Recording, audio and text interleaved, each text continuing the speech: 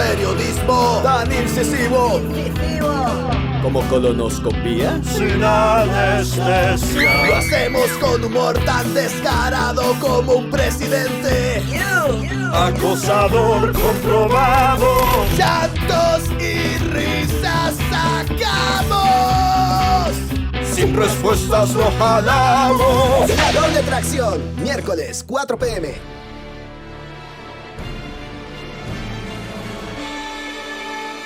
Hola gente, arrancamos con la doble tracción, una vez más, para entrarle con la doble tracción a la gestión de una de las representaciones estudiantiles ante el Consejo Universitario. La semana pasada tuvimos a Valeria Bolaños, que es miembro del Partido Alternativa, una de las personas que fue electa para ocupar la silla en el Consejo Universitario durante este periodo 2023. Y hoy tenemos a Natasha García Silva, quien es parte del partido Integra y fue la otra persona electa para representar al estudiantado en este órgano, que es el órgano máximo de fuente y creación normativa. Y si hay un lugar donde no puede faltar normativa, es en la UCR, porque nada existe si no está normado. Tal vez incluso existen tantas cosas que está más que normado. Natasha, ¿cómo está? Muy bien, ¿y usted? Bien, gracias, bien, gracias. Un gusto tenerla con nosotros. Natasha, lo primero que me gustaría preguntarle es exactamente lo mismo que le acabo de preguntar, pero específicamente a Natasha García, la representante ante el Consejo Universitario. O sea, ¿cómo está usted en términos del trabajo que usted siente que logró hacer durante este periodo 2023, sobre todo pensando en cómo usted inició esta aventura en aquellos tiempos donde tuvimos nuestra primera entrevista y pues cómo la está despidiendo ahorita? Ok, bueno, no, más bien muchísimas gracias por este espacio para conversar, para difundir un poco, ¿verdad?, con lo que se ha trabajado y todo este tema del periodismo, ¿verdad?, que es un tema fundamental en materia estudiantil, inclusive, ¿verdad?, nosotros como personas jóvenes tomando este tipo de espacios. ¿Cómo me siento? Podría decirlo que hay dos palabras, ¿verdad?, que es una bomba de sentimientos. ¿Cómo se siente? No precisamente porque sea algo negativo, sino porque han sido como muchos sentimientos en poco tiempo, ¿verdad? Y tal vez realmente una no sabe a lo que viene.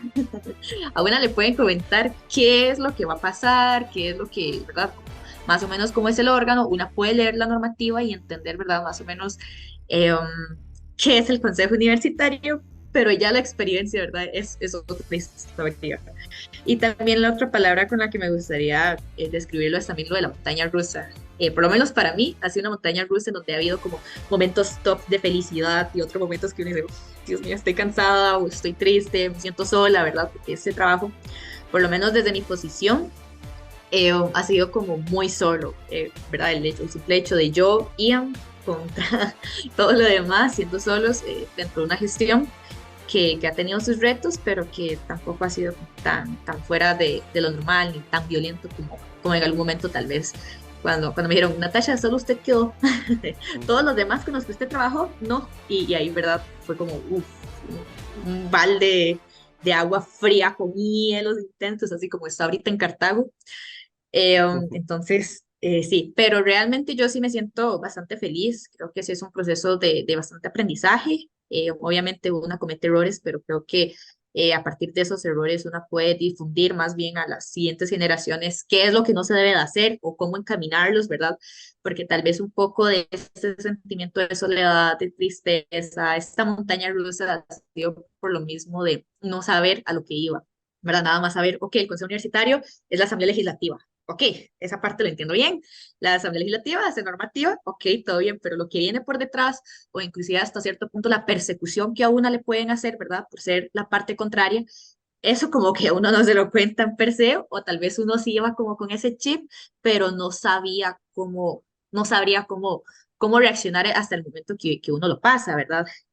Por ejemplo, algo que este año sí me pasó mucho es que yo sí me cuidaba demasiado la espalda, en el sentido de, inclusive, y va a sonar muy feo, me alejaba de mis amigos para que no me dijeran nada, ¿verdad? No me acusaran de algo, de algo que no estuviera haciendo, que se malinterpretara. A tal punto que los primeros 6 meses ellos me decían, Nat, ¿estás bien? ¿Te caemos mal? Y yo les decía, no, es que, o sea, es que yo quiero cuidarme, es que yo sé que hay malas personas que quieren que pasen cosas, ¿verdad? En donde no hay, en donde tal vez ustedes solo son mis compas y sí, digamos, creo que era como ese sentimiento también de miedo, de que cualquier cosa que podía hacer, me están viendo. Y no viendo en el buen sentido, ¿verdad? Como para criticarme, sino que para hacer una acción contraria o negativa contra mí. Entonces creo que tal vez un poco eso que ya después se me fue quitando y ya a este punto ya estoy como bastante tranquila, estoy bastante feliz, ya puedo decir que es lo que una puede revertir, qué hacer, qué no hacer, ¿verdad? Y los límites y también un poco de esto de como que tirarse al agua, como que no tenerle miedo a este tipo de acciones si usted sabe que no lo está haciendo con malas intenciones, si usted sabe que simplemente son sus amigos y son su equipo de trabajo, por ejemplo, ¿verdad? No tiene por qué hacerlo a escondidas, es su equipo de trabajo que le está ayudando a hacer propuestas, que le está ayudando a formularlo, que le está ayudando, por ejemplo, con el tema de sedes y recintos. Entonces creo que ha sido como un poco ese sentimiento, feliz, pero, ¿verdad? Todo esto otro que es de la montaña rusa y la bomba de sentimientos. Ok, perfecto. Ahora, de cara a su salida ahorita del Consejo Universitario, ¿cuáles son esos 2 o 3 proyectos que para ustedes es hoy vital compartirle al estudiantado? Proyectos que ya sea fueron gestionados protagónicamente por usted o que fueron gestionados iniciados por alguien más, pero que usted logró llevarlos a término, cualquier tipo de proyecto. ¿Cuáles son esos que usted hoy quisiera compartirle al estudiantado, que usted dice, bueno, yo no me puedo ir de aquí sin que ustedes sepan que esto se hizo, esto se dejó? El primer proyecto que sí se hizo y que estuvo al principio del año fue el tema de los baños neutros. Inicialmente esta propuesta no estaba considerada como algo que pudiera hacerse del Consejo Universitario, pero haciendo unas valoraciones, yo con mi equipo, ¿verdad? De, ok, ¿qué podemos agarrar de ese plan de trabajo y podemos tal vez plasmarlo dentro del Consejo Universitario? Es el tema de los baños neutros. En realidad el tema de los baños neutros sale a partir de una experiencia. Inicialmente sale de una experiencia que yo tuve con una persona trans, en donde para mí era normal, yo acepto, ¿verdad?, cuál es su identidad de género y le dije, jale al baño, ¿verdad? Tomémonos una foto en el espejo, que es el primer día nuestro, que estamos iniciando gestión, es bonito, es hermoso, y todo bien, todo feliz, y días después me sientan básicamente y me dicen, mira, es que hay que entender que es que eso puede incomodar a las demás personas, y un montón de cosas, y yo, ¿verdad? ¿Qué está pasando aquí? O sea, no van a poner a esta persona que vaya a un baño con el que se siente identificada y con la que se puede sentir vulnerable. Entonces por ahí empieza como la idea, en donde después empiezo a hablar con personas de colectivos LGBTIQ+, sobre todo con personas trans, que, bueno, una persona en específico que fue la que me estuvo ayudando, que fue Cris Sanabria, que es una persona que estudia inclusive desarrollo y género en la Universidad Nacional, entonces también como para incorporarle estos temas de fondo.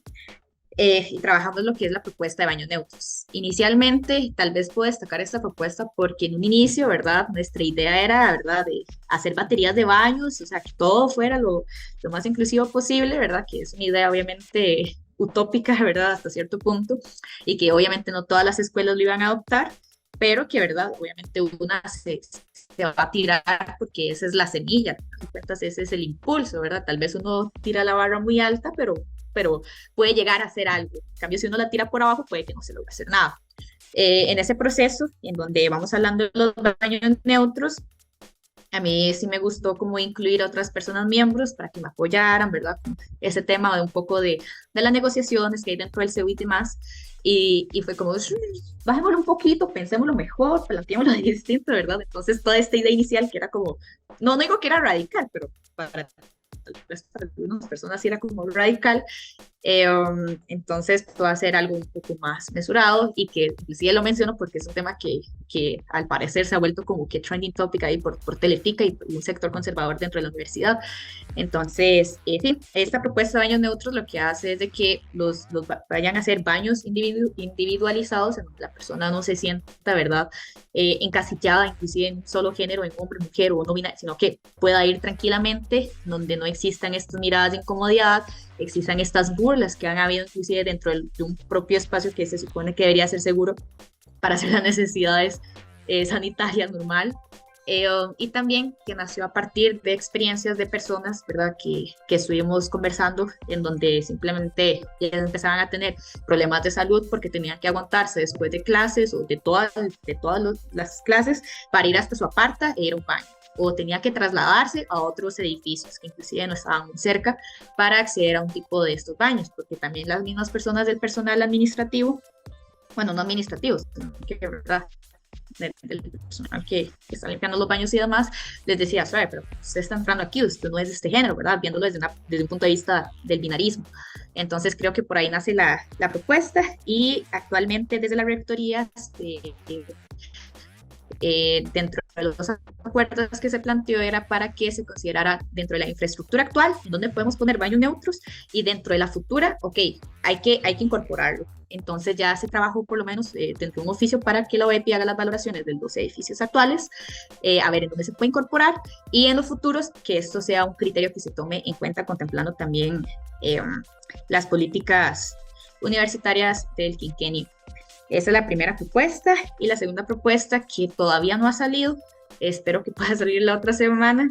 Posiblemente yo no la pueda defender, ¿verdad?, porque ya la otra semana casi que estamos muy full con lo del CEU, pero sé que el otro año los chicos que vayan a venir van a poderla defender súper bien, que es el tema de madres y padres. Esa propuesta tiene varias líneas.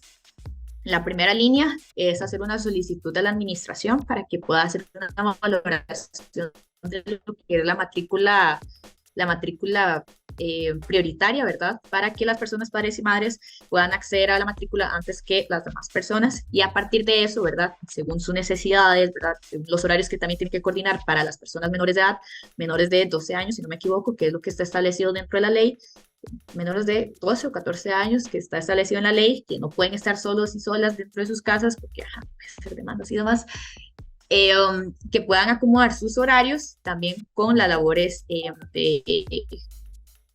de cuidado.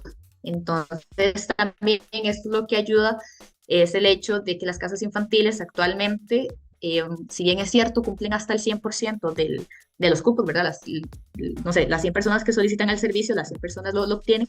Esto no quiere decir que se cumple satisfactoriamente al 100%. Entonces, básicamente, a pesar de que 100 personas, por ejemplo, 100 estudiantes solicitan este servicio, no precisamente quiere decir de que a estas se les dé todo el tiempo, toda la necesidad que ocupan suplir o ocupan atender. Entonces, por ejemplo, si estos estudiantes solicitan 4 días a la semana, 4 clases y demás, no se les da todo, porque no hay campus, o sea, nada más se les da de un día o 2 días. Entonces, al final de cuentas, ¿qué es lo que pasa con nosotros 2 días, 3 días, ¿verdad? Toda esa parte del horario. Lo que permitiría la matrícula prioritaria es que de una manera tranquila y coordinada con las casas infantiles, las padres y madres puedan coordinar con ellos y ellas cuáles horarios tal vez hay mayor oportunidad de que ellos más bien matriculen y puedan utilizar ese servicio y lo utilicen y se maximice más bien lo que son los espacios. Básicamente esa es la primera parte de la propuesta, y la segunda parte ya es una parte reglamentaria en donde se incluya el tema de justificación de ausencias en la parte de preparto y posparto, y también hasta cierto punto de lactancia, y también el tema de como justificación de ausencias para las citas médicas que tengan que atender con respecto a las labores de sus hijas e hijos. Por esa parte de padres y madres. Y quizás también aquí destacar que esta propuesta se trabajó en conjunto con Aileen. Aileen fue la presidenta de la EMAPA, creo que actualmente está igual por ahí moviendo, no sé si ya quedó o va a quedar dentro de la Asociación de Estudiantes, pero sí ella fue gran parte de este impulso, y que inclusive esta propuesta nace a raíz de la entrevista anterior, en donde usted comentó, ¿verdad?, esta inquietud de que no teníamos nada de en esta materia, y yo dije, ok, tiene razón, la verdad, es válida la crítica. Entonces, justamente ese día me puse o sea, me quedé ahí picadísima. Entonces le escribí a Eileen por Facebook. Yo dije, ok, me acuerdo que he conversado con Eileen, voy a escribirle por Facebook, casi rarito. Me voy a ver como una rara stalker, pero le escribí y súper bien ahí. Empezamos a conversar, empezamos a trabajar, empezamos a buscar a representaciones estudiantiles de otros lugares, por ejemplo, de la Nacional y de la FEITEC, bueno, del TEC más bien, de la Asociación de Estudiantes, y ver cuáles eran sus experiencias y ver qué es lo que le falta a la UCR para incorporarlo. Y sí le falta bastante. O sea, es increíble. Inclusive nos decían, pero es que nosotros no entendemos por qué en la UCR no hay eso. No entendemos. Si ustedes son la UCR, ustedes tienen inclusive hasta más recursos o mayores oportunidades. No entendemos cómo nosotros nada más nos peleamos con la administración y si lo logramos, si ustedes no pueden hacerlo. Y nosotros, ¿verdad? Como esa regañada y ahí sí, tiene hasta cierto punto razón, ¿verdad? Porque lo burocratizamos tanto y ellos nada más llegan a hablar con la administración y le exigen y así. Y que inclusive nos comentaban que varias personas de esas asocias querían entrar a la UCR, pero cuando vieron el tema de cuál universidad tiene mayores oportunidades de estudio para madres y padres, no ingresaban a la UCR porque no veían oportunidades. Entonces, por ejemplo, el TEC sí veían como un lugar que sí les apoyaban, que sí era como más de escucha y demás, pero que en la UCR no lo notaban. Y ese fue como otro balde de agua fría que fue como, pues sí, tienen razón, ¿verdad?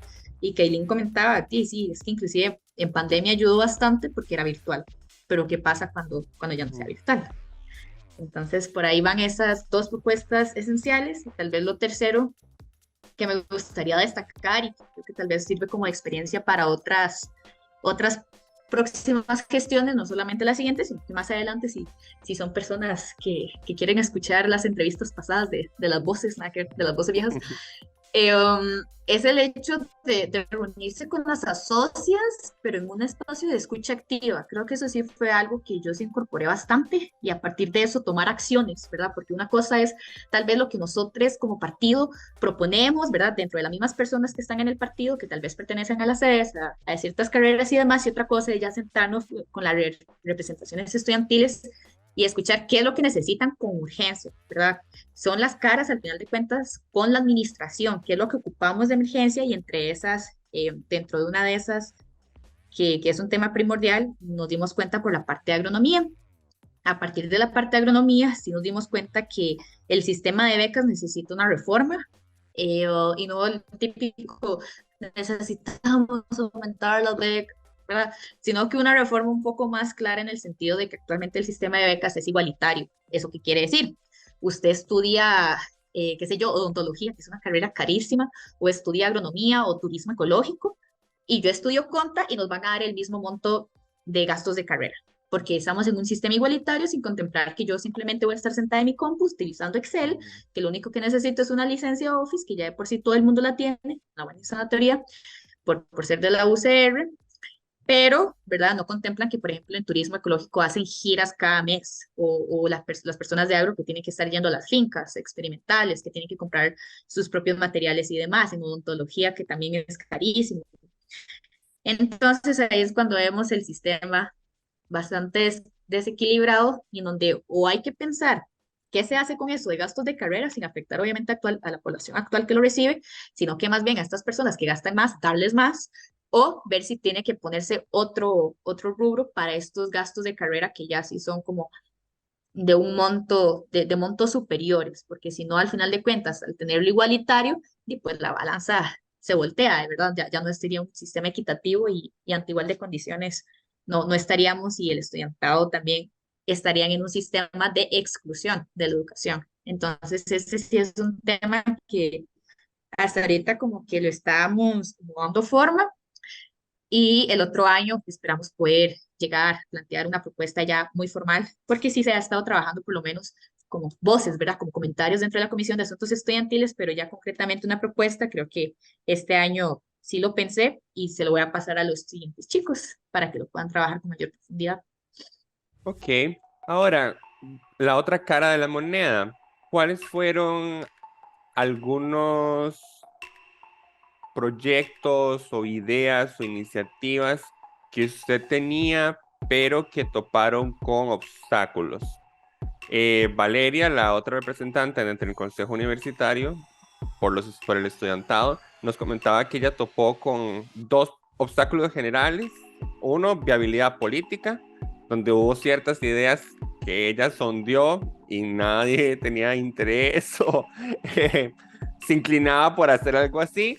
Y en otros proyectos, viabilidad presupuestaria, donde simplemente después de hacer ciertos cálculos, recuerdo que me mencionaba el tema de un complemento, o sea, un beneficio para reconocer la conectividad, el acceso a internet a personas becadas, y donde se hicieron cálculos y se determinó que en estos momentos representaría una erogación enorme, insostenible para la universidad. Entonces, desde su experiencia, ¿cuál fueron esas iniciativas que toparon con cerca y qué fue la cerca exactamente? Uh-huh. Sí, de hecho es muy interesante esa misma de lo de becas, ¿verdad? Porque uno puede plantear y uno quisiera eso y no, inclusive cuando lo vimos en comisión, el tema del internet, que era algo que había planteado, si no me equivoco, Jimena Obregón y Maite, y si no solamente Jimena Obregón, ¿verdad? Cuando vimos los montos era, de verdad, casi que superaba inclusive el mismo sistema. Entonces, sí fue como ese, sí es necesario y hay que volverlo a plantear y seguir luchando, sí creo en eso, pero creo que por las condiciones actuales no se puede lograr. Pero bueno, por parte de mis desaciertos, tal vez como puntos más específicos, podría destacar, y haciendo memoria con el tema de la entrevista pasada de cuáles eran mis compromisos, es el tema ambiental, que era una propuesta como el reglamento, no sé qué más, ¿verdad? Que era como, ¿verdad? Para declarar a la universidad y tomar más acciones y demás, pero quizás topé como con dos paredes. La primera, que este es un tema meramente administrativo, ¿verdad? En temas reglamentarios, como que ya existen otras unidades académicas, existen otros reglamentos y demás, pero también es un tema que le compete en esencia a la administración hacer ese tipo de gestiones, y desde el Consejo Universitario pues sí podemos hacer como este tema de la fiscalización, de plantear, de colaboración y demás. Entonces, ¿verdad? Así como per se, hacer un nuevo reglamento, uno más, como usted comentaba al inicio, ¿verdad? Uno más, porque son un montón de reglamentos, ¿verdad? ¿Hasta qué punto podía aportar? Y el segundo tema era que Jimena Obregón, inclusive cuando yo estuve haciendo las averiguaciones para empezar a plantear este tema y demás, ya hacer como el reglamento formalmente, topé con la pared de que ya Jimena Obregón había hecho un proyecto, y que inclusive cuando yo dije, ok, está bien, Jimena lo hizo, puedo tal vez solicitar incorporarme en la comisión especial o en la comisión que lo esté viendo, como para irlo a defender o ver qué podemos sacar de las ideas que nosotros llevábamos. Y cuando fuimos a consultar y demás, es como, no, ya está dictaminado, más bien lo vamos a ver en un mes. Y yo, ok, y cuando ya lo vimos, esta idea fue desechada, o sea, fue como desechada, pero sí se le rescataron un montón de asuntos de modificaciones, igualmente a otros reglamentos que ya existían. Entonces, creo que fue ese tema, bueno, y que inclusive el mismo dictamen decía, es que esto es un tema también meramente de la administración, pero podemos hacer estos cambios para que vayan en esta línea, ¿verdad? De sostenibilidad, ¿verdad? De la universidad, demás, como un agente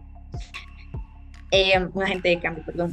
Y el otro es, tal vez como desacierto, como que me deja un sinsabor, es el tema de la evaluación docente. Ese sí me deja como un sinsabor, no porque no se haya trabajado, no porque no se haya pensado, ni es más, sino porque fue algo que desde un inicio, y fue como de las primeras cosas que Ian y yo trabajamos, fue cómo incorporar lo de las evaluaciones docentes más justas y que también sean públicas. Teníamos la propuesta, ¿verdad?, que era la modificación al reglamento de régimen académico, ¿verdad?, que esto fuera una sanción, dependiendo de la consecución de las veces con las que esta persona podía ser mal calificada, cuál era el tipo de sanción, y también la publicidad de las mismas. Ya habíamos hecho consultas a distintas unidades académicas como el SEA, ¿verdad?, que el SEA nos decía, ¿verdad? No me imagino que con este positivismo, pero si era como, denle, ustedes pueden hacerlo porque al final de cuentas, como ustedes mencionan, la Sala Constitucional dijo que sí se pueden publicar y que esto más bien debería ser un tema de transparencia. Entonces nosotros, ok, le damos. Entonces le incorporamos. El asunto estuvo en que, por una parte, como que una confusión, que ya lo voy a comentar más o menos, que cuál fue mi confusión. Bueno, no, fueron como 3 puntos. Y el otro punto por el cual tal vez como que lo dejábamos ahí o tal vez no lo presentamos formalmente fue porque ya se estaba trabajando el reglamento de evaluación de desempeño del personal universitario. En este reglamento como que estábamos viendo a ver, ok, ¿qué se iba a plantear para ver si incorporábamos algo ahí o más bien si incorporábamos igual la idea inicial que ya teníamos, que era como nuestro temor, como, ok, ¿por dónde es? ¿Qué hacemos? Esperemos a que salga y ya vemos si tiramos lo nuestro o no lo tiramos. Pero al final de cuentas, como que no se incluyó ahí, pero sí cuando se hizo la discusión, donde ya podíamos como plantear tal vez un poco nuestra propuesta, a pesar de que no fuera una propuesta de miembros, pero sí dentro de la discusión de plenario, sucedió esto que yo no estaba. Entonces era muy difícil, ¿verdad? Como llegarlo a plantear, defender y demás, si no iba a estar y tampoco era como, ok, falté esa sesión y tal vez en la otra puedo plantearlo. No, es que no estaba como por varias semanas. Entonces creo que fue como ese asunto. Y sí me dejó como ese sin sabor, pero en realidad me alegro mucho que Valeria también haya llegado como a esa conclusión y que lo llegó y lo planteó en el plenario cuando fue todo este tema de las protestas y demás. Entonces, a pesar de que no es como exactamente lo mismo, sí iba como en la misma línea. Entonces, yo creo que por esa parte todo bien, pero sí me deja como ese sin sabor, ¿verdad? No pude proponerlo, no pude discutirlo, no pude formar parte, pero ajá, que era parte de los compromisos.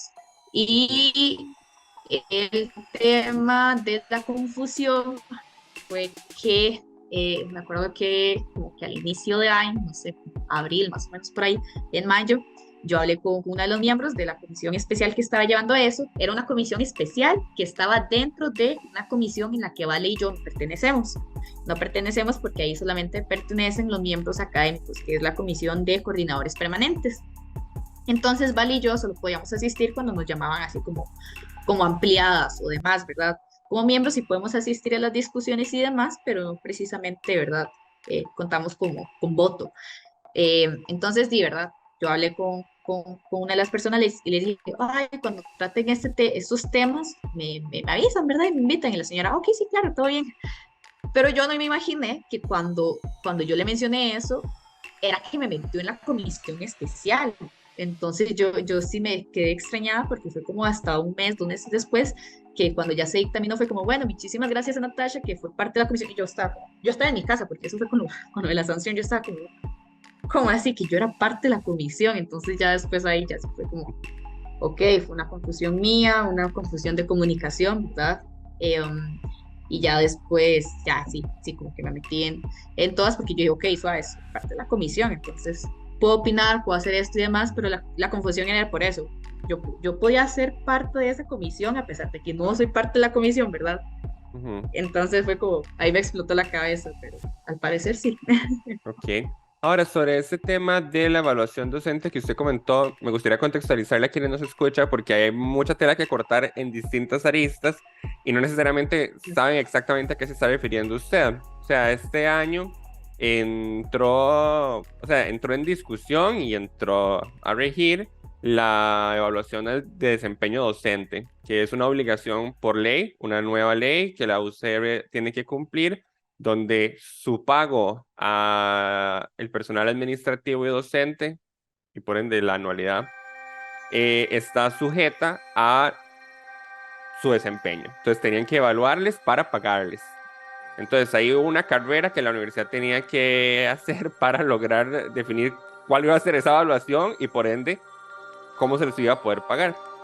Usted entonces mencionaba que ustedes estaban trabajando en esta otra pieza normativa que tenía que ver con evaluación estudiantil. Y entonces estaba esta otra cosa en discusión, que era la evaluación de desempeño docente, donde ahí se entró en gran debate porque la propuesta final excluía a la evaluación estudiantil, excluye a la evaluación estudiantil como uno de los componentes de la rúbrica de evaluación. Entonces finalmente solo quedó en que 75%, si mal no recuerdo, era la evaluación del supervisor y 25% una autoevaluación. No recuerdo si los porcentajes son así, pero lo que recuerdo es que el porcentaje del estudiantado es 0. Eso sí recuerdo.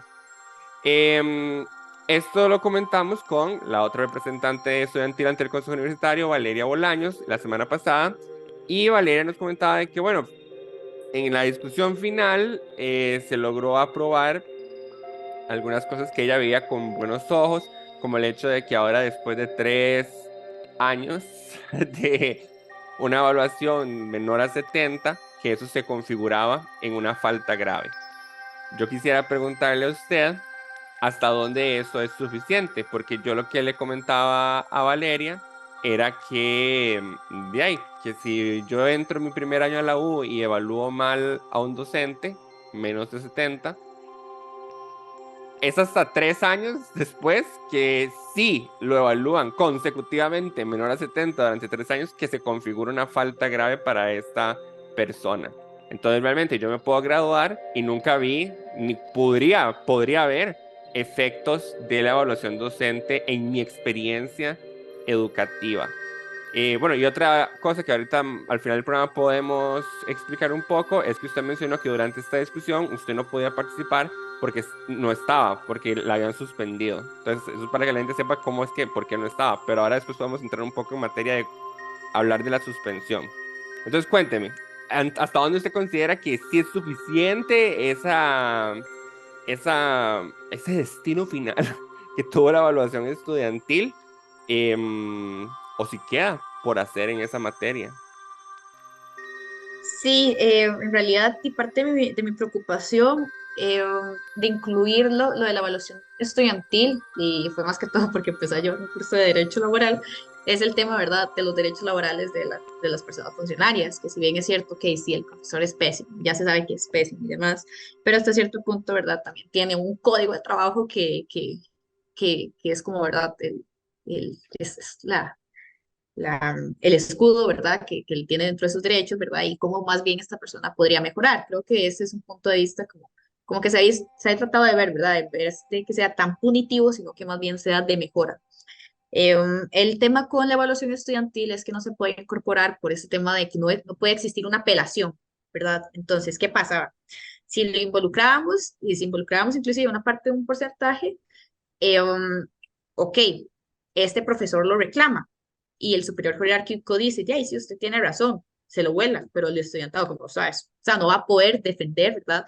El por qué puso esa nota y el por qué puso esa descripción del, del, del profesor o de la profesora. Entonces, ¿verdad? Como por ahí habían como que vacíos legales. Para mí, insisto, en realidad perfectamente se podía colocar eso inclusive dentro de la parte de mi de plan, y fue una consulta que yo le hice a la Facultad de Derecho, que la Facultad de Derecho fue la única que dijo que no, que eso era inviable, que eso no se podía y que nada que ver. Yo planteé un documento en donde le hacemos una serie de consultas, ¿verdad?, de por qué no se podía. Sí, inclusive mi de plan, o sea, el Estado, del sector público, yo lo aplica para la parte de los servicios. Le establece un 5% de la evaluación por parte de los servicios, que si bien es cierto, es poquito, pero es un Pero lo está porcentaje incluyendo, ajá. importantísimo, ¿verdad? Y la Facultad de Derecho, yo no sé si estuvieron en esa discusión, pero como que, de verdad, como que se enojó mucho la Facultad de Derecho por esas consultas, se sintieron ofendidos y ofendidas, y no lo contestaron al final de cuentas. Ya después sí lo contestaron, después de un acuerdo por parte de todos los miembros, saliendo como a defender del por qué la Facultad de Derecho respondió hasta 2 meses después de la consulta que yo hice, que era un insumo valiosísimo para ver si se incluía o no se incluía, y verdad, al final de cuentas, porque inclusive la oficina jurídica no planteaba como que lo dejaba abierto, como eso queda a consideración de los miembros si lo incluyen o no lo incluyen. Entonces, ¿verdad? Por ahí, digamos, yo sí entiendo lo de la parte laboral, pero me deja esa duda jurídica y porque tal vez yo no soy, ¿verdad?, de esa rama, pero me deja esa duda jurídica, pero ¿por qué entonces el Estado sí lo hace? Si fuera ilegal, ¿verdad? Entonces estarían metiendo todos los funcionarios en una demanda contra el Estado y, ¿verdad?, quedamos en bancarrota como Estado, ¿verdad? Porque entonces estarían ganándolo o estarían perdiéndolo, ¿verdad? No sé, me genera mucho esa duda. Y yo haciendo consultas también con otros abogados de otro tipo de criterios, sí decían, es que sí se puede implementar la evaluación estudiantil, sin embargo hay que establecer un mecanismo de apelación, que eso sí, ¿verdad? Eso sí tiene que existir, pero, ¿verdad?, ya eso era un tema bastante complicado y yo no sé si por las carreras también, de que este reglamento tiene que salir ya, o sea, ya, no se puede incluir. Por eso, tal vez lo que planteó Valeria yo no lo veo tan mal, porque tal vez a este punto sí me parece que puede funcionar de alguna forma, que inclusive se le pueda hacer una reforma, porque si lo vemos desde ese punto de vista de que hasta 3 años después es una falta grave, pero una falta grave no implica un despido, sino que hasta que se reitere esa falta, que eso puede ser hasta 9 años después que puedan despedir a un profesor, o sea, si lo repite 9 años seguidos, ¿verdad? Ajá. Entonces, de verdad, sí me parece que por ahí podríamos ver alguna modificación que pueden hacer las otras representaciones, pero también no lo veo tan mal porque existe este plan de mejora, ¿verdad? El plan de mejora que plantea este reglamento de evaluación de desempeño, en donde se le plantea un plan de mejora a esta persona en donde tiene que mejorar para la siguiente. Y en el siguiente periodo se evalúa si mejoró, no mejoró, qué pasó. Entonces, a partir de eso, el superior jerárquico debería evaluar. Y obviamente sabemos de que no todos los superiores jerárquicos, ¿verdad?, son tan objetivos como para decir, sí, la evaluación docente la incluimos. Entonces, este es otro tema, que es de la transparencia, en donde el estudiantado vamos a tener esta evaluación estudiantil de manera pública y en donde podemos entonces, decir, entonces la evaluación del personal de mi docente fue de un 9, pero todo el mundo lo calificó, qué raro, como con un 7 o menos. ¿Qué fue lo que pasó, verdad? Entonces, este sistema de la presión que se podría de pronto generar en un futuro al respecto. Entonces, ¿verdad? Yo sí les veo esos pros, contras, y también insisto en que esta Pero parte usted lo hubiera votado así porque la coyuntura no permitía más, o lo hubiera votado en contra como manera de comunicar esto no es suficiente para atender la necesidad estudiantil y la cultura, impactar realmente la cultura de evaluación. Yo siento que es un tema complicado. Es un tema complicado. Es de los que a mí me gusta. Lo ponen a pensar a uno. Yo siento que, a ver, tal vez si lo hubiera votado en contra, porque, insisto, tal vez yo en ese momento yo no tuve el criterio de la Facultad de Derecho que emitió ese criterio, a pesar con todo el montón de preguntas que se le habían planteado y no se respondieron, yo hubiera dicho, no, yo sin ese criterio yo no lo voto, la verdad. O sea, aquí es un vacío y eso quiere decir que podemos incluirlo. O inclusive este 5%, entonces, ¿por qué si el sector público y nosotros como universidad no?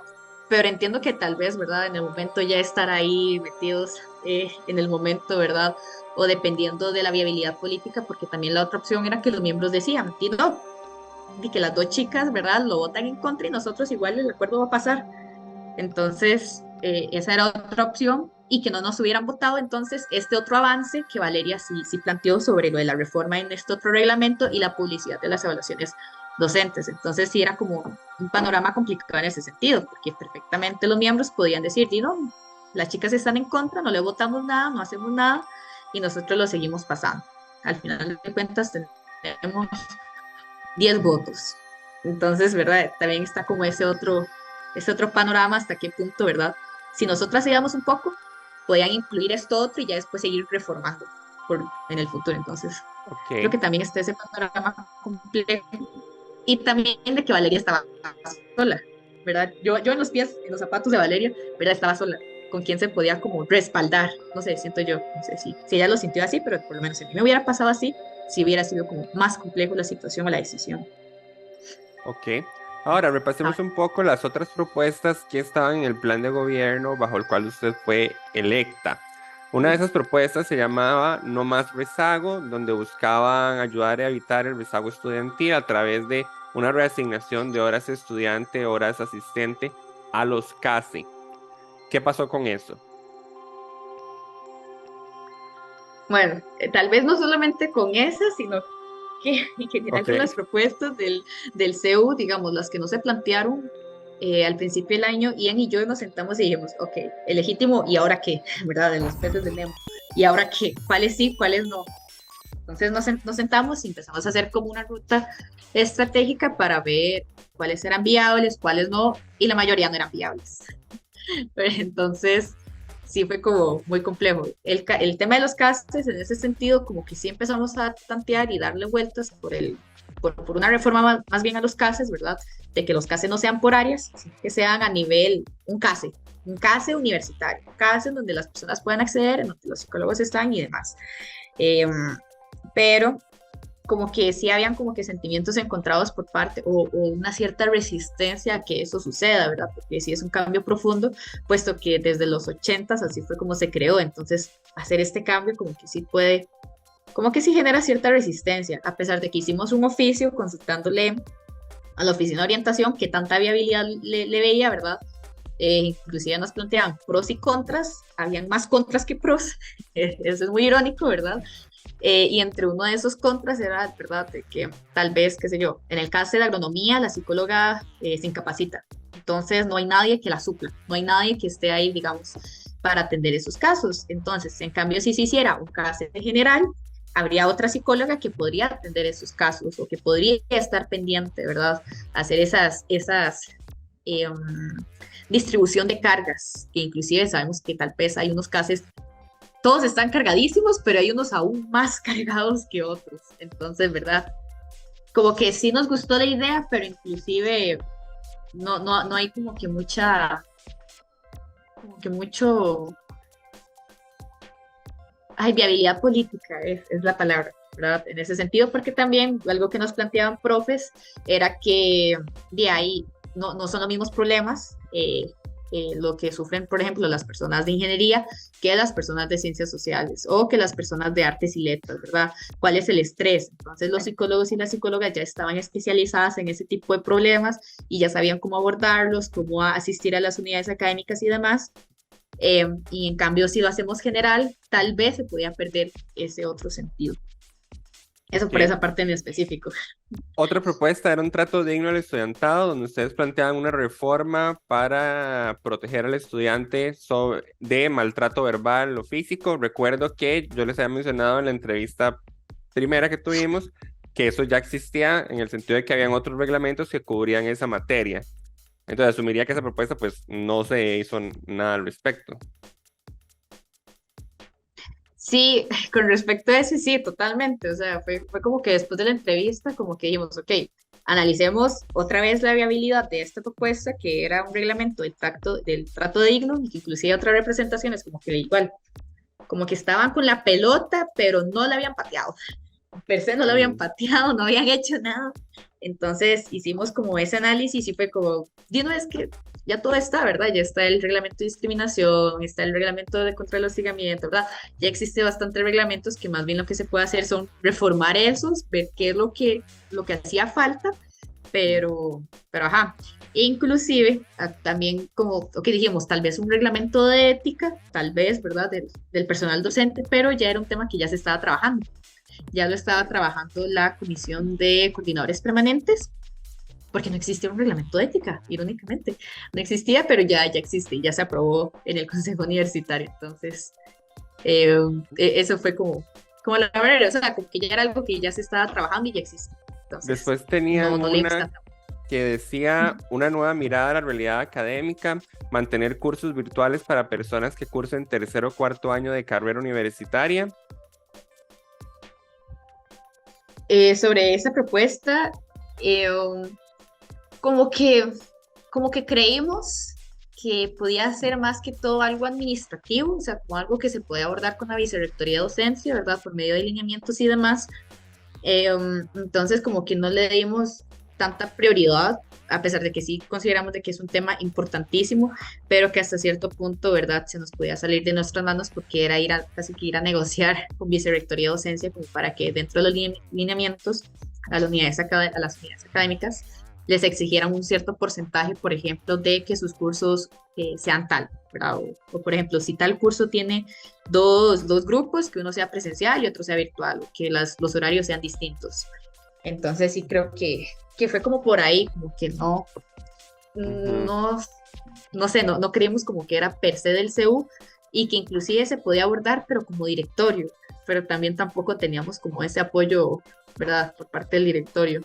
Así que Entonces, yo detrás de cámaras más bien le decía, y ahora se lo digo al aire, que yo más sí. bien lo veo como algo más del CU, digamos, del Consejo Universitario, porque esa exigencia de que se dedique un porcentaje o una cantidad o un plan de redistribución de horarios o de clases para cursos virtuales, que es una obligación que tiene que emanar del Consejo Universitario, porque la Vicerrectoría de Docencia puede sacar la resolución que quiera y dentro de la autonomía de las unidades académicas, por falta de mejores palabras, hacen lo que les dé la gana, como pasa con la evaluación docente, ¿verdad? El vicerrector de docencia puede sacar una resolución que diga, todo mundo haga evaluación estudiantil, y a la fecha, no todas hay unidades que no hacen evaluación estudiantil del todo, ¿verdad?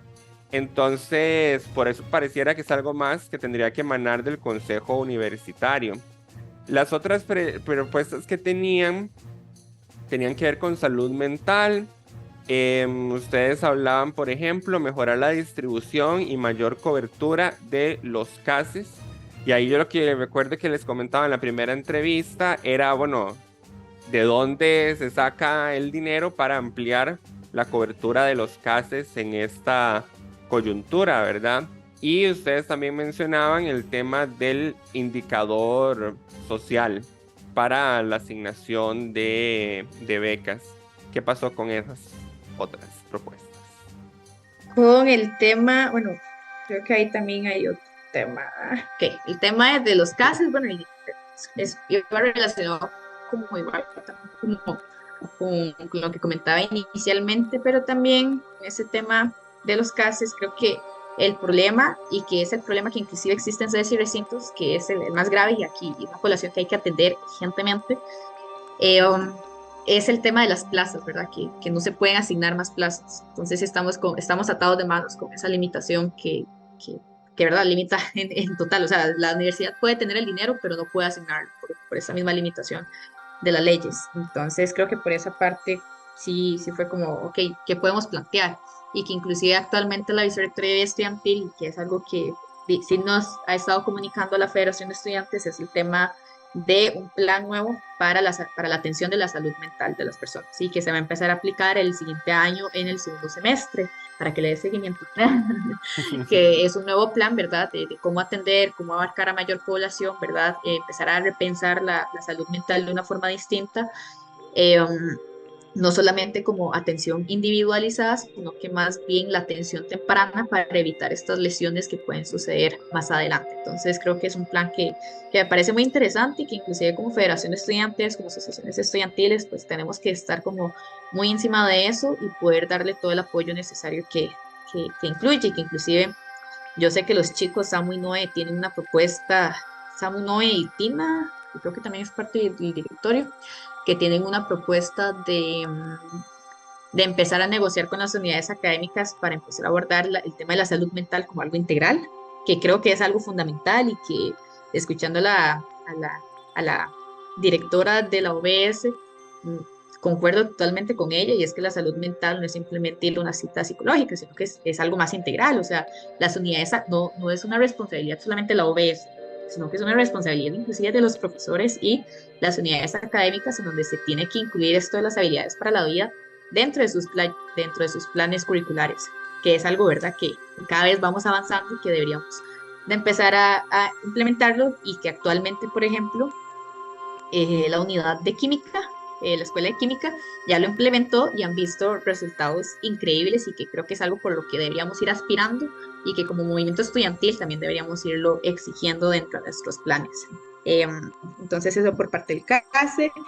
El tema del indicador social es un tema como que lo estábamos evaluando, no lo propusimos porque ya existía un PASE que hacía, que planteaba una reestructuración, una reforma al sistema de admisión.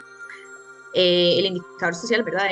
La propuesta era de que el sistema de admisión tuviera indicadores sociales en donde admitieran a las personas, ¿verdad?, de acuerdo a estos puntajes, y que es algo que actualmente la Universidad Nacional ya aplica. Entonces, ¿verdad?, empezar a analizar ese sistema, ver cómo se puede mejorar, qué se puede tomar, qué no se aplica como universidad, y, ¿verdad?, empezarlo a incorporar.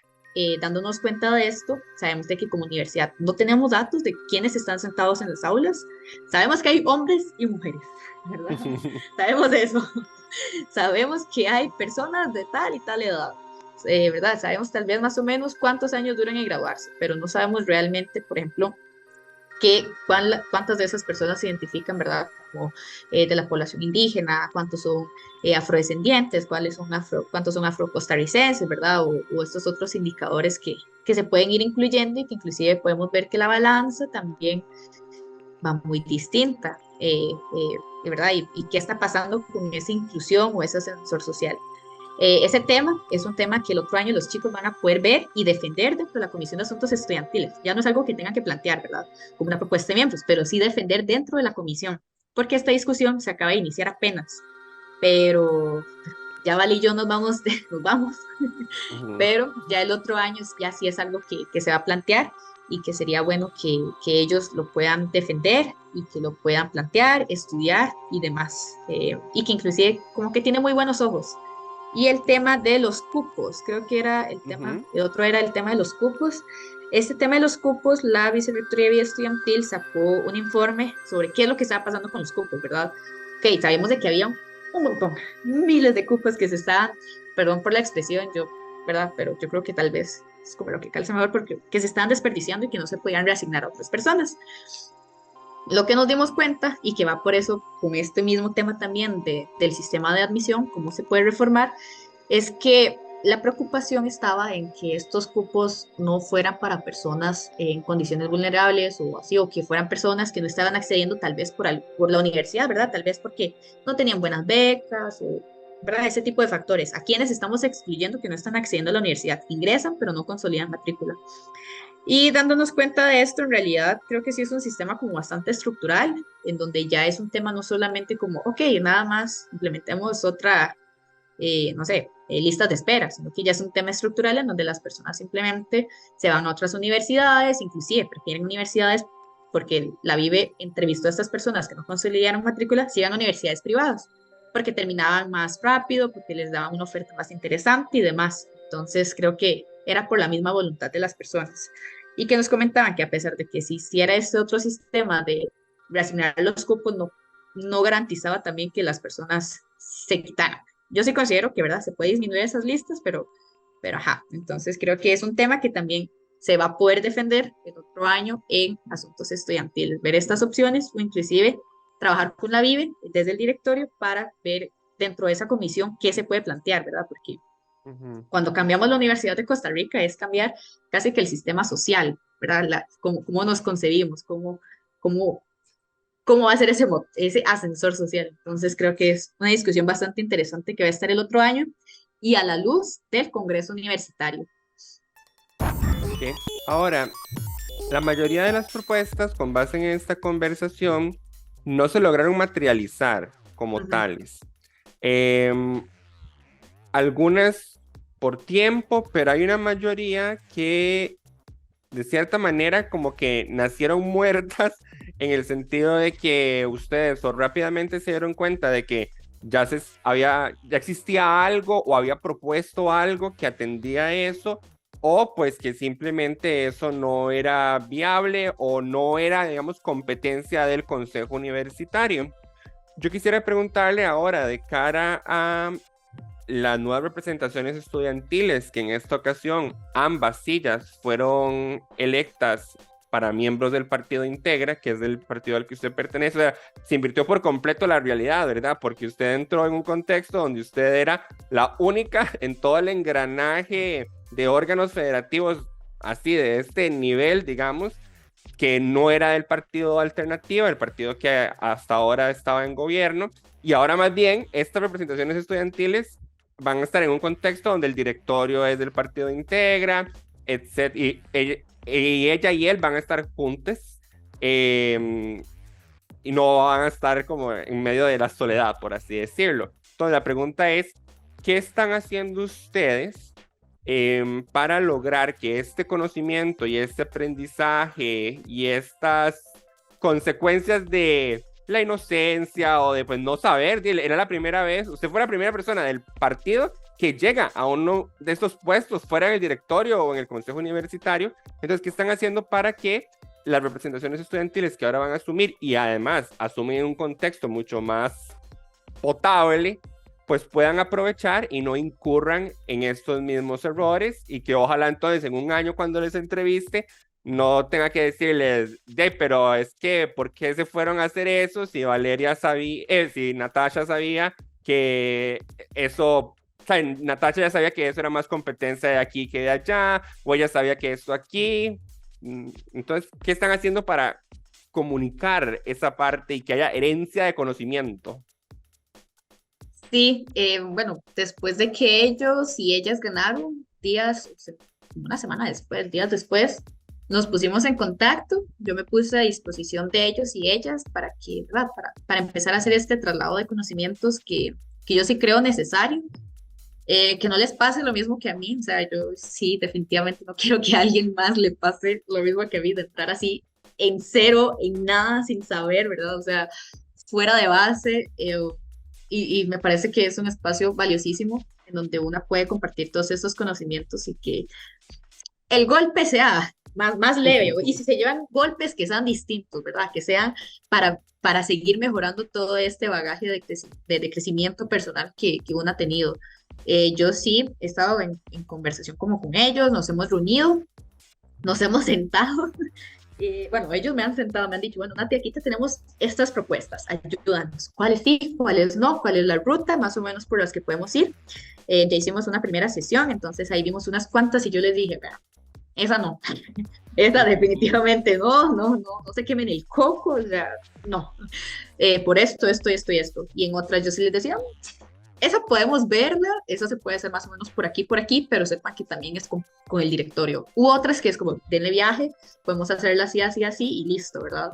Entonces sí, ya nos hemos empezado como a sentar a ver cuál es esa ruta, que es importantísimo, porque inclusive, como te mencionaba al principio, tal vez Ian y yo nos sentamos a hacer una ruta, pero en el camino decíamos, no sabíamos esto, y chao, ¿verdad? Todo lo que habíamos trabajado. Entonces, sí, creo que es un poco parte de eso. Yo sí me puse a disposición también para ayudarles el siguiente año en lo que necesiten, ¿verdad? Con el acompañamiento y demás, porque sí es un camino un poco raro, ¿verdad? Por lo menos una que viene desde Asocias es muy distinto, es muy raro. Una piensa que todo es así, ¿verdad? Así, yo lo pienso, yo lo hago y listo, vámonos. Y aquí no, esto es un proceso burocrático, hay reglamentos, hay demasiadas cosas que son chivísimas de la universidad, porque es un mini Costa Rica, pero por eso mismo de ser un mini Costa Rica se vuelven complicados. Ok. Y para cerrar, me gustaría darle la oportunidad de que le explicara a quienes nos escuchan cómo fue este asunto de la suspensión dentro de lo que nos pueda contar, ¿verdad? Sobre todo me interesa porque esto se ha manejado un poco hermético dentro del, por lo menos yo hice consultas al Tribunal Electoral Estudiantil Universitario y que es que no me podían pasar la resolución y no sé qué. Y el problema es que eso entonces deja al aire un montón de interpretaciones, porque hay gente que escucha, la suspendieron, ¿what? ¿Qué es eso? Y bueno, hay explicaciones para las cosas. Entonces, ¿qué nos puede contar al respecto, Natasha? Sí, yo tal vez voy a intentar ser objetiva, a veces cuesta, nada que cuando uno se le ha implicado, pero la sanción nace a raíz de una iniciativa que yo tenía, que era con respecto a darle promoción, ¿verdad? De tú a tú con el estudiantado sobre lo que era el certamen estudiantil universitario. El certamen estudiantil universitario, que fue esa actividad chivísima en donde el estudiantado enviaban sus obras con una descripción, ¿verdad? Podían ser personas de todas las sedes y recintos y iban a ganar cuota.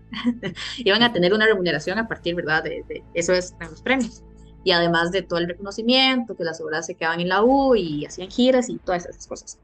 Entonces, yo, parte de mi crítica que ha sido años anteriores, en donde este tipo de cosas no se les da difusión, yo dije, ok, voy a aprovechar mis plataformas, voy a aprovechar mis habilidades tecnológicas y voy a hacer TikToks, voy a darle como esa difusión necesaria, ¿verdad?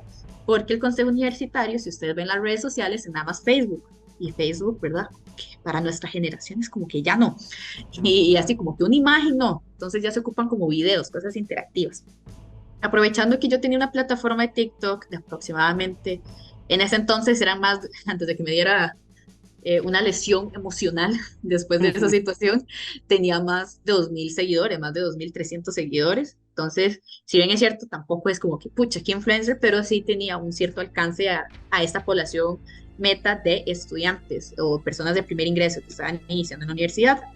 Entonces, ok, yo ahí me puse en contacto con varias personas para que grabáramos varios videos y Uno de esos primeros videos se hizo con una persona, de hecho ahí pueden meterse a mi TikTok, ahí pueden buscarlo, ahí dándome promoción, pueden buscarlo, es uno de los primeros en donde salgo yo con otra persona, lo publico y a partir de este video me plantean una denuncia por proselitismo, por beligerancia política y un montón de cosas, ¿verdad?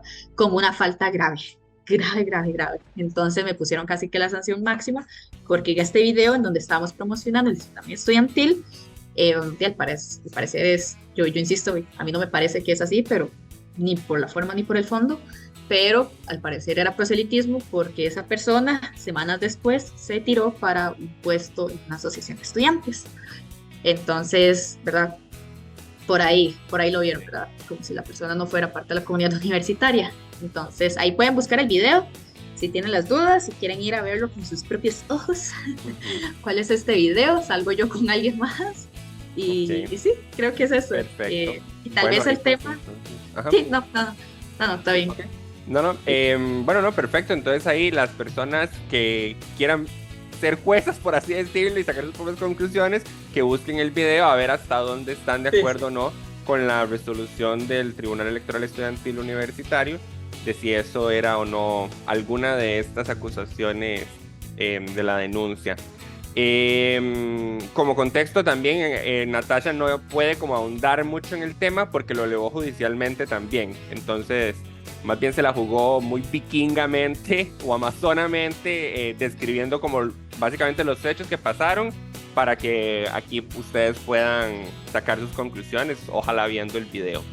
Y bueno, así llegamos al final de este programa. Muchísimas gracias a Natasha García Silva, representante estudiantil ante el Consejo Universitario 2023, miembro del partido Integra, que el próximo año van a estarle viendo al partido. Natasha seguro va a estar de vacaciones, ojalá, se las merece, pero el partido lo van a estar viendo por todo lado porque va a estar en el directorio y en las dos sillas de representación estudiantil. Y bueno, Natasha, muchísimas gracias de verdad y estamos en contacto. Ojalá que si nos vemos sea por algo bueno y no por algo malo. Un gusto de verdad. Bueno, muchísimas gracias por el espacio. Hasta luego. Hasta luego, gracias.